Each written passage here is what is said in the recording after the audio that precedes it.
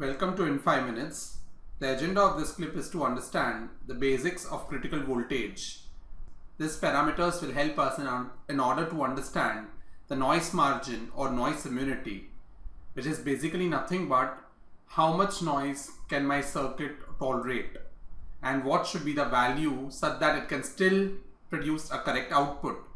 So the details of noise margin and noise immunity will be studying in the next clip. In this clip, my idea to teach you is to understand the basics of critical voltage. Let's quickly get started. Let's presume this is our inverter. This is my input. This is my output. We know that when input is 0, the output is going to be 1. Correct? When input is 1, my output is going to be 0. This is the input of an inverter and this is the output, and this is nothing but a truth table. We technically know that if my input is logic 0 and the value is 0 volts, my output is logic high, that is nothing but I am presuming it to be 1.8 volts, then till 0 to 0.9 this will be considered all as logic 0, and something greater than 0.9 would be considered as logic 1. This point at the center is called as inverter threshold or switching threshold. It's not the threshold voltage, it's the switching threshold, which is exactly the same thing I have drawn here. If my input is between 0 to VDD by 2, my logic 1 is at the output. If the input is greater than VDD by 2 up to VDD, this will be interpreted as logic high and the output is going to be 0 at the input, correct? This is the input point. However, this is an ideal case. Practically, this is not to be the case. Let's see why. So here, I've drawn my NMOS transistor, it's very simple, don't get intimidated. This is my NMOS transistor, which is an input, and there is some load here.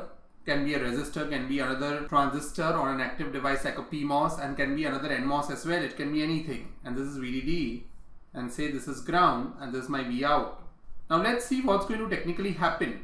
When input is 0, correct, this transistor is off, and I'm presuming that there is some logic load here, logic circuit in the load, which will produce V out to be equal to 1. So when it's 0, output is 1, or this is logic 1 means VDD. Now what's going to happen is, as I keep on increasing my V in, slowly this transistor will turn on. So if I have to draw the VTC initially, my output is VDD, correct? Slowly but surely my output will start dropping, correct?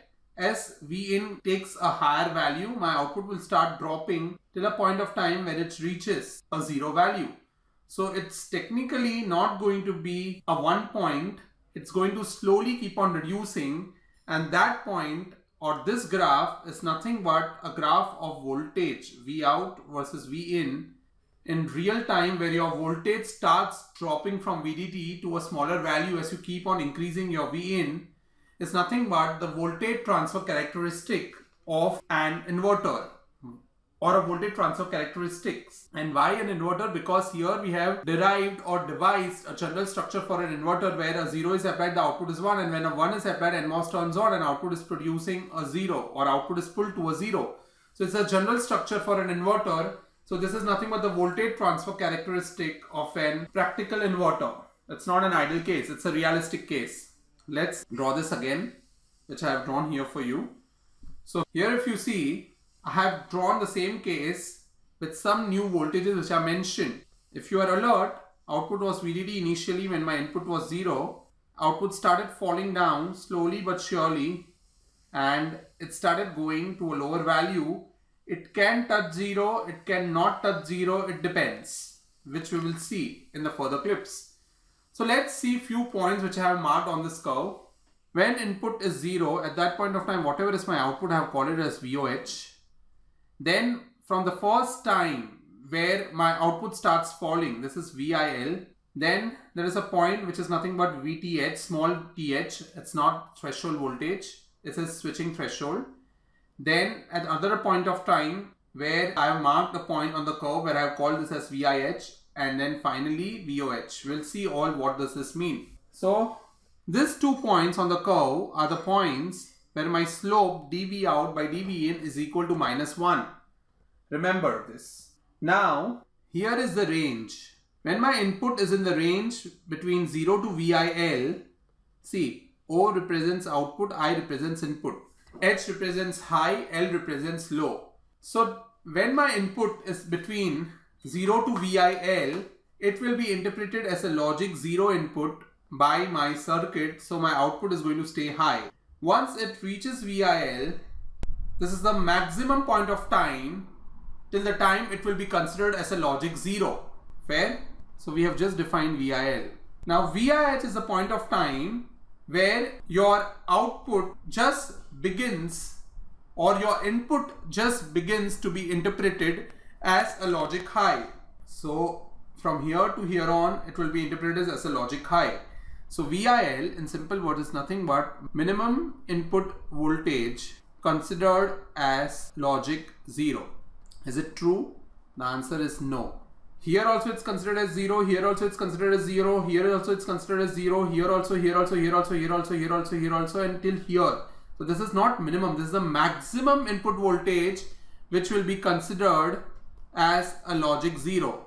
So we will call this as a maximum input voltage. This is the definition of VIL. Let's similarly do it for VIH. So here is a point where your input is considered as logic 1 for the first time. And after this, from here to here, it will all be considered as a logic 1. So this is called a minimum input voltage considered means interpreted, correct? Interpreted as logic 1. Because after this also, your input can be considered high.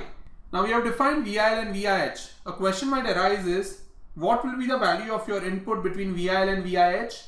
That's an indeterminate zone, and we will see if your input is in this zone, how does it affect your overall circuit and the noise margin. The time being, between the two, I have called one more point, which is nothing but switching threshold, and at that point your input is equal to your output, which I have drawn on the curve. So this completes switching threshold definition, where my input is equal to output. Now comes VOH and VOL. Technically, when your input is 0, you want your output to be VDD. But in some cases, it might be VDD or it might not be VDD. It depends.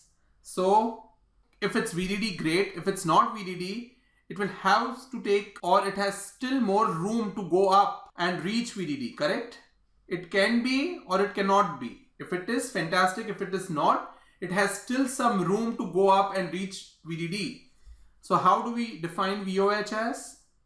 VOH as nothing but minimum output voltage when the output level is logic 1, or interpreted as logic 1, when output level is logic 1. So this is minimum, correct? It can still go up and it can reach VDD also. Similarly, VOL. What is VOL? Technically, when your input is equal to high value or VDD, you want your output to go to 0. But it might not go to 0. It can be some value higher than 0. So then again, there is a lot of scope to go down and reach a 0. It depends on what type of loads you use, and this will be studying in the clips further. So it can be some value which is above 0, but it has, or with the design, we can reach down, or we can go down and reach a 0. So VOL is nothing but, this is the maximum, right? Maximum, 0 is here. So this is maximum. It cannot go above this. VOH was minimum because there was a scope to go above and reach VDD. So VOL is maximum output voltage when output level is logic 0. So let's recap what we have just studied. So VIL is the maximum input voltage which can be considered as a logic 0.